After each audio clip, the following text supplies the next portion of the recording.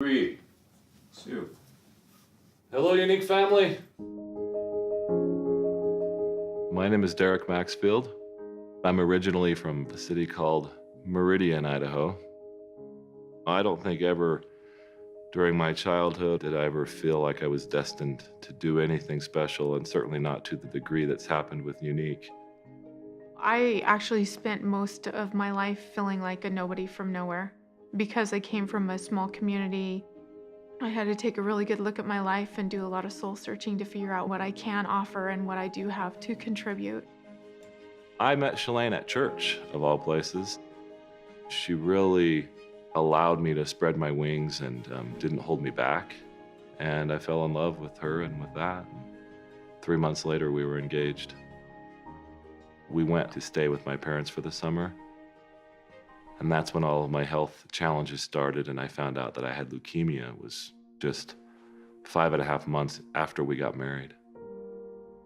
It kind of gives you a perspective of how fragile life really is and how instantly it can be changed. After only my first round of chemotherapy, there came a patient onto the floor, and I stopped by and I met Greg Johnston. He was a cowboy from Vernal, Utah. We formed a bond really quickly because I was his source of knowledge to know what he was about to go through. We both like chips and salsa, so. And Mentos. And Mentos. But he reacted to the treatments in a completely different way than I did. I started to accept that he wasn't going to make it. He would ask about my faith and what I wanted to do with my life after I was out of the hospital. The last time that I ever saw him, I came back to the hospital for my first checkup, and Greg was back in the ICU. I went into the ICU and I knelt down by his bed. And so I grabbed his hand and I said, "Greg, I want you to make it back up to the floor one more time." And he squeezed it back and he said, "Dereck, it's okay." But he asked me to live for us both and to do something great with my life. I accepted it that day, but I had no idea how I would do that. He passed away soon after that. The thought of needing and wanting to do something great with my life, I think I had convinced myself that I had a long life ahead of me. It just wasn't possible for me right then. I got a job with a company here in Utah. They had a little basketball team, and we would go play every day for our lunch break. I came down, cracked skulls with the guy who I was guarding at the time, and we drove, of all places, to the same hospital where I had had all my treatments just a few years prior. I was in surgery for 5.5 hours. For the reasons that are only known to God, they put me in room 522, which was Greg's room. And I wasn't conscious enough or coherent enough to really know why I was there, but I knew I was back. And in that moment, that's the moment that really changed my life forever.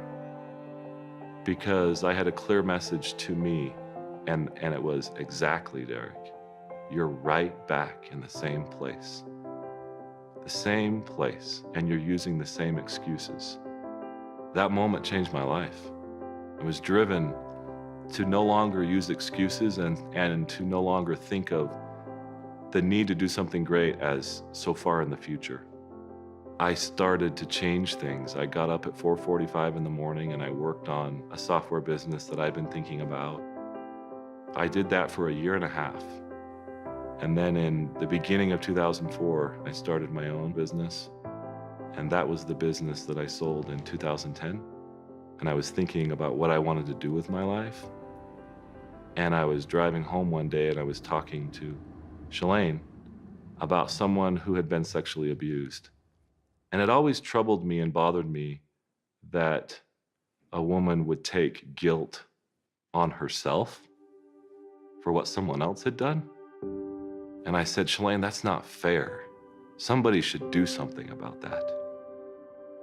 And I knew that somebody was me. And that something was to start another company that could be successful enough to fund that cause. I totally felt the same frustration in her behalf that he did. And the shame and the guilt that affects their life so negatively is such an injustice. A very detailed thought came into my mind, and it was a retreat that was nestled in the mountains and a place for these women to begin a healing process. That clarity I knew could only come from God because it had come just that quickly and it came in an instant.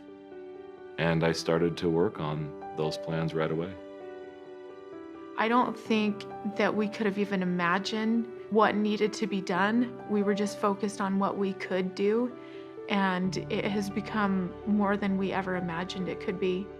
We're trying to reach all of them through a message of hope and a message that this is not your fault, and to have a chance for them to reclaim the hope that was lost and perhaps taken from them. We've had approximately 1,800 women come through the retreat. I see faces every time I hear the number.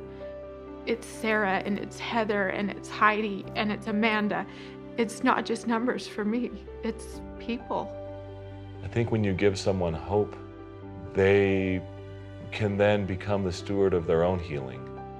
But that's the point, is that we simply open the door, help them feel that there is hope. And that's the goal of the retreat. And I think that we are accomplishing that. I'm grateful for all the people that drive Younique and all the presenters out there, because it is through them that we really accomplish the means by which we can support this cause.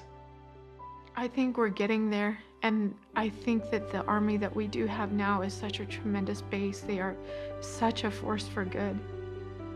I absolutely feel like the things that have happened over the past few years with the Younique Foundation have been the fulfillment of my promise to Greg. I could die now and see him and feel like I kept that promise.